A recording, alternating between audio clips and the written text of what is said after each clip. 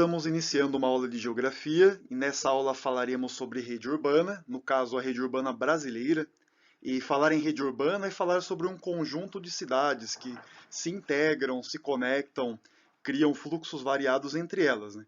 E dentro desse tema também abordaremos as regiões de influência das cidades, né? E a capacidade de algumas delas de exercer comando e tomar decisões que afetarão amplas áreas do território. Nós precisamos considerar um sistema com várias cidades, né, interligadas e observando o esqueminha com essas duas bolinhas com as letras C de cidade, né, ligadas por um traço amarelo, isso aqui não se parece, né, com uma rede urbana. E mesmo se eu colocar aqui uma terceira cidade, ainda seria insuficiente para caracterizar isso como uma rede. Então, se a gente expandir a ideia e colocar aí um número variado de cidades, né, com inúmeras ligações, isso sim agora se parece muito mais com o conceito de ligações, de conexões em rede urbana, né? E aqui ao lado eu vou colocar um outro exemplo para a gente poder comparar, porque nós temos que caracterizar redes urbanas, né? E uma das coisas que a gente leva em conta é a distribuição espacial das cidades. Então, assim, no primeiro modelo, no nosso número 1, nós temos aqui um maior número de cidades com tamanhos variados. Elas estão mais próximas, né? Portanto, é uma rede mais compacta e com mais interligações. Ela é mais integrada. Se eu olhar a minha rede urbana número 2, o meu segundo modelo, nós temos aí cidades mais espalhadas, né, mais dispersas, com uma distância maior entre as áreas urbanas, o que pressupõe ali um modelo um pouco menos integrado. Uma outra coisa importante seriam as dimensões da rede urbana, né? Você pode ter redes urbanas formadas por muitas cidades, com populações chegando a vários milhões de pessoas, né? Como também pode ter uma rede mais modesta, com poucas cidades. E ainda uma terceira situação, que é bastante relevante, é a importância dessas cidades com relação às funções exercidas por elas. Então, dependendo do papel ou função que determinada cidade tem, ela pode aumentar ali sua força de influência na região e atrair populações de outras cidades, é uma coisa que nós conversaremos mais adiante. E como eu faço para delimitar uma rede urbana de um modo que faça algum sentido, né?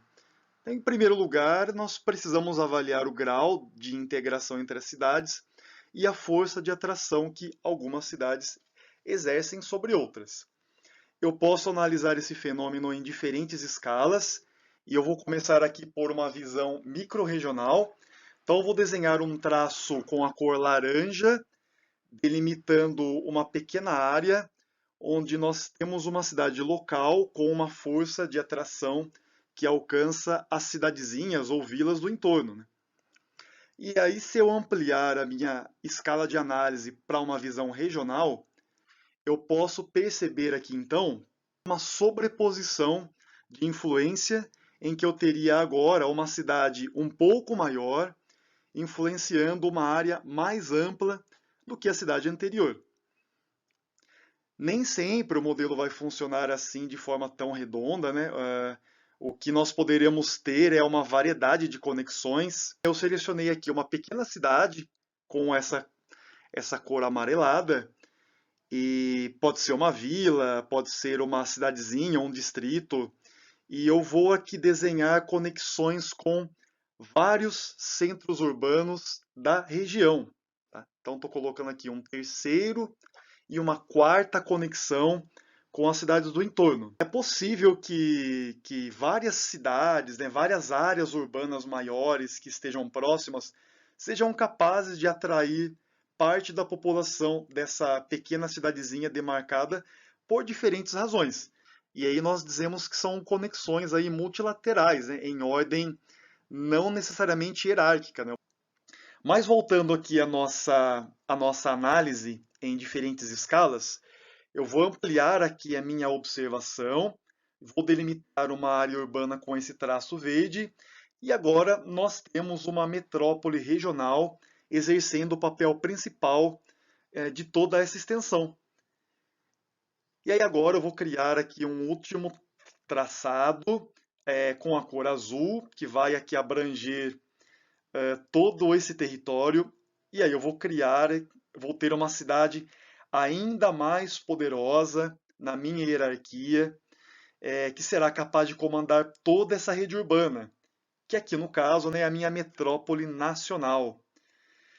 No final das contas, nós temos sempre uma cidade mais importante, mais forte, né, se sobrepondo na região de influência de outras cidades, né? Variadas são as formas de organização de uma rede urbana e muitas vezes o território, né, e o meio físico, o natural, pode ser determinante para a gente entender o arranjo de certas redes de cidades. Então, nesse slide, eu cito como exemplo a rede urbana do Vale do Paraíba, né, no interior de São Paulo. Nós temos aqui um vale, né, delimitado por duas regiões serranas, Serra do Mar e Serra da Mantiqueira. São áreas bastante acidentadas, né? Então as cidades, a maior parte delas pelo menos, se posicionam mais ou menos alinhadas, acompanhando o trajeto da rodovia Presidente Dutra, que é essa linha que eu estou demarcando aqui em vermelho. Vai aqui ligar a Grande São Paulo, né, até a região metropolitana do Rio de Janeiro, aqui no estado vizinho. E nós temos áreas urbanas nessas áreas serranas que são menores e em menor quantidade. Mas o que vai determinar aqui a caracterização dessa rede urbana é esse alinhamento próximo aqui à rodovia. E um outro exemplo interessante é a organização da rede urbana entre algumas cidades no norte do Brasil, onde os rios extensos, lagos e navegáveis estabelecem boa parte das conexões entre as cidades, né? Assim se sucede no Amazonas, né? Na calha dos rios Solimões e do rio Amazonas.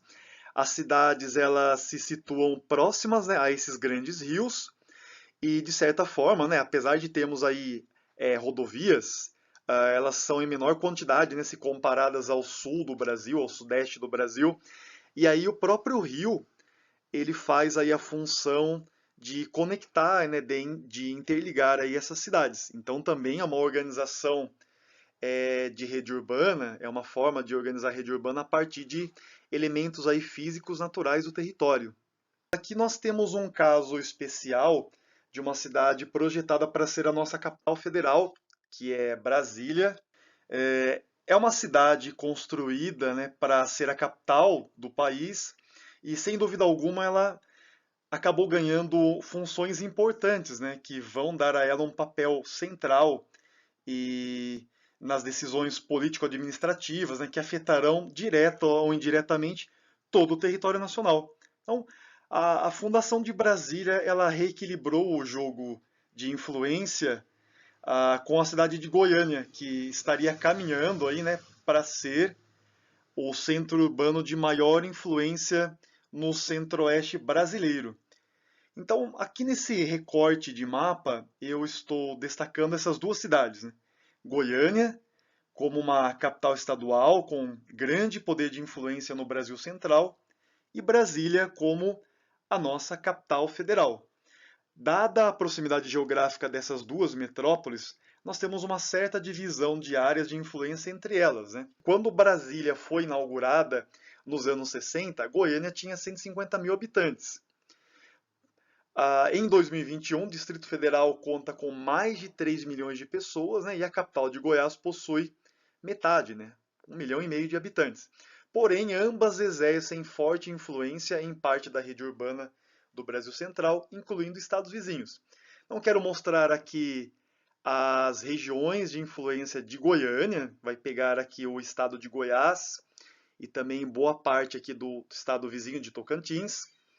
E Brasília também tem aqui a sua área de influência direta, que vai pegar aqui um pouco da extensão do estado do Mato Grosso e também aqui áreas do noroeste de Minas Gerais, também oeste da Bahia, falando de influência direta, né, de cidadezinhas menores, de populações menores, né, que vão acabar recorrendo aos serviços dessas cidades, né, que são as maiores cidades aqui da região.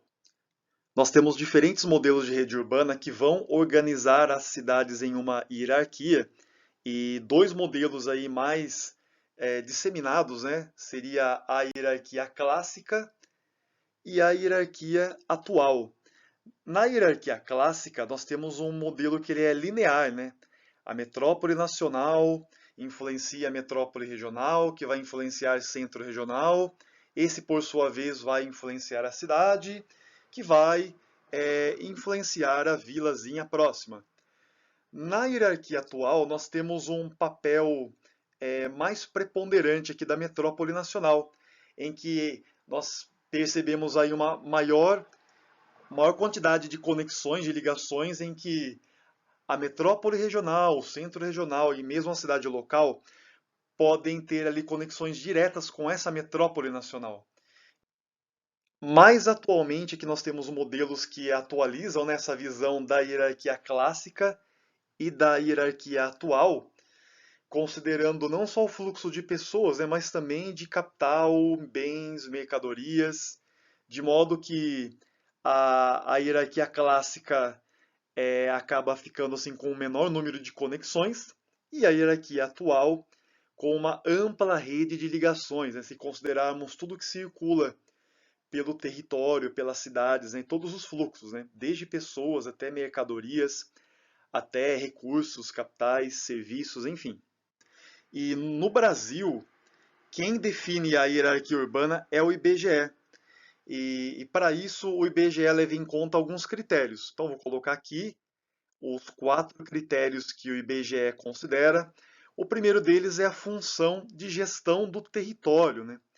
Ou seja, cidades com capacidade de tomar decisões, de gerenciar amplas áreas do território, elas entrariam, né, no grau máximo da hierarquia urbana.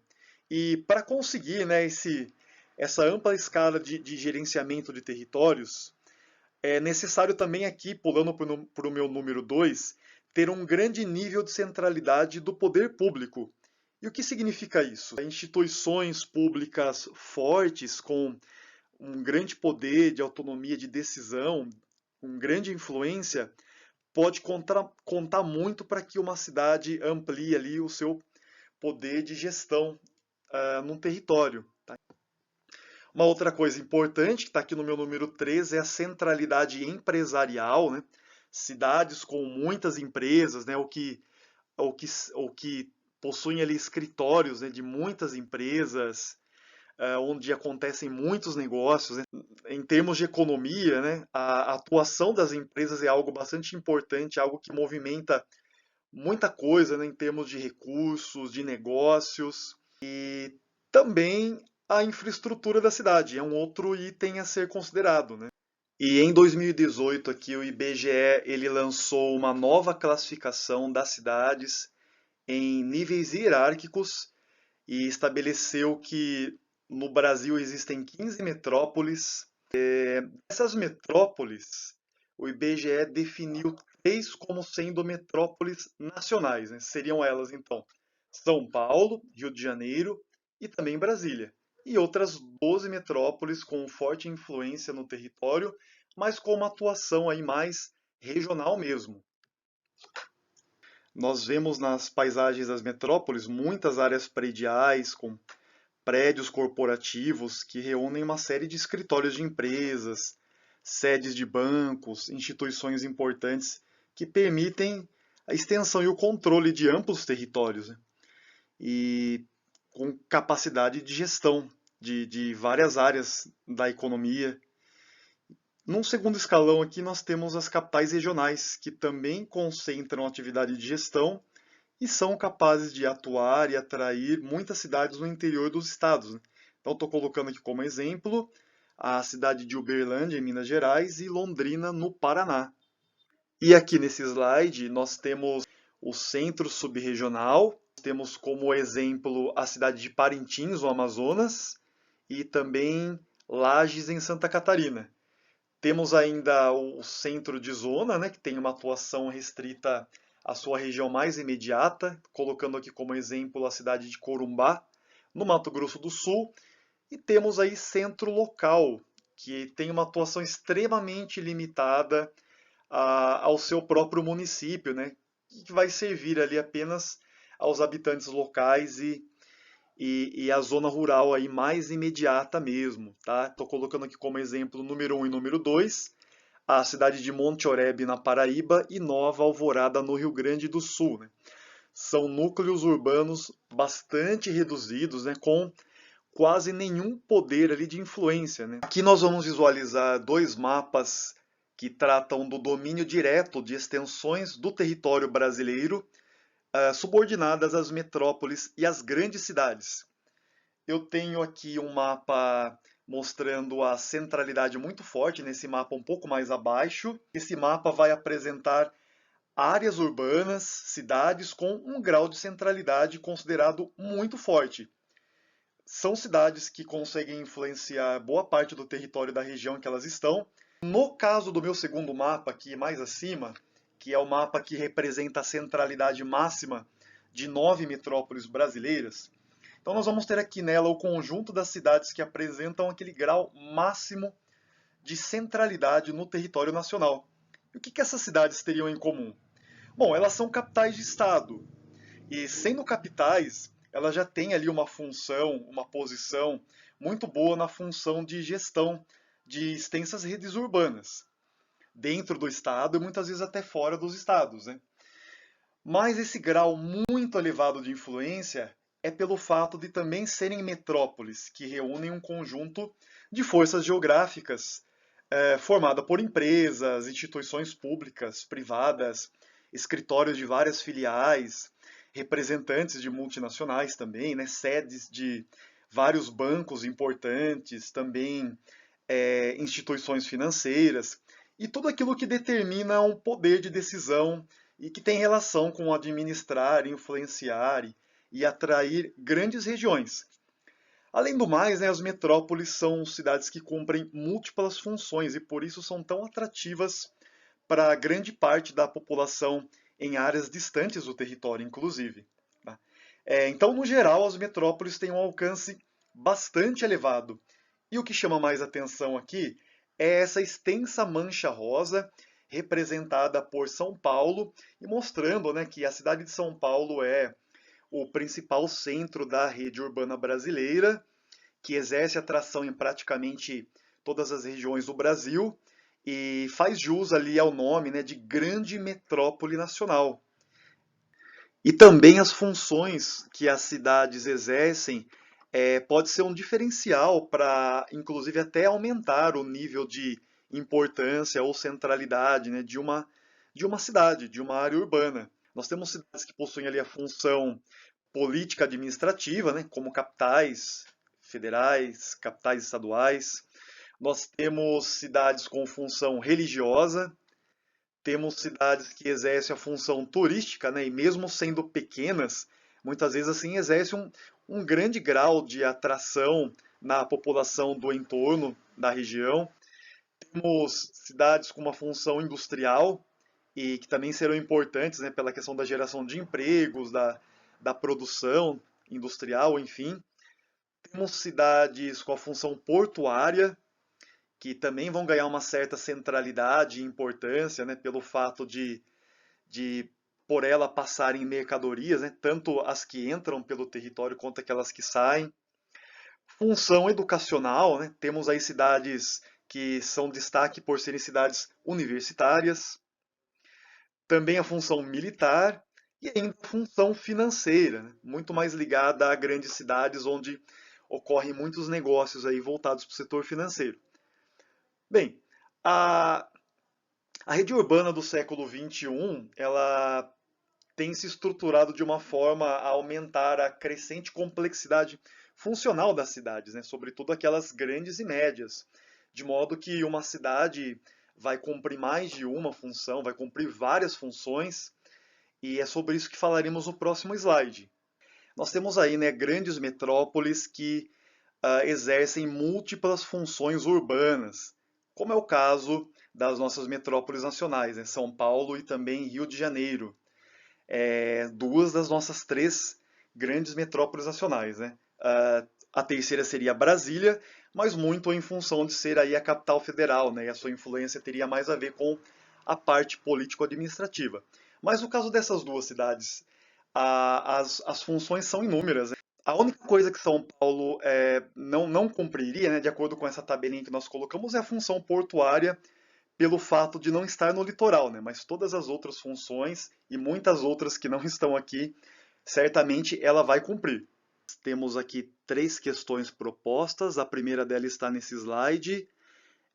Tem aqui um texto inicial que diz o seguinte, né, que o progresso técnico facilita o transporte de bens e pessoas, as comunicações e a mobilidade do capital, promovendo o aumento de inter-relações entre empresas, instituições e cidades. A rede urbana sofre transformações sob efeito da globalização econômica e assim a complementaridade entre centros urbanos de mesmo nível hierárquico conhece um aumento. E aqui ao lado direito nós temos dois modelos de rede urbana, né? A hierarquia clássica, com um menor número de ligações, representando aí muito mais o fluxo de pessoas, e ao lado dela a hierarquia urbana atual, que mostra fluxo de pessoas e também fluxo de capital e de bens, mostrando aqui um número muito mais amplo dessas ligações. Com base na figura e no texto, em relação às noções sobre a rede urbana, é correto afirmar que, então a letra A, na noção atual, a rede urbana hierárquica mantém-se e é superposta por novos fluxos de capitais e bens. Então nós teríamos que estar comparando o número de linhas que já existiam na rede urbana clássica, comparar na atual e observar se que houve alguns acréscimos. Esses acréscimos estão muito mais ligados ao fluxo de capital e bens. A letra B. Na noção clássica, o progresso técnico, apesar de determinar a noção de hierarquia urbana, restringir o fluxo de capitais de pessoas? Não é isso, né? Está incorreto, né? Não tem restrição de fluxo de pessoas, por exemplo. Na letra C. Na noção clássica, as cidades pequenas mantêm relações hierárquicas com cidades médias e anárquicas com metrópoles nacionais?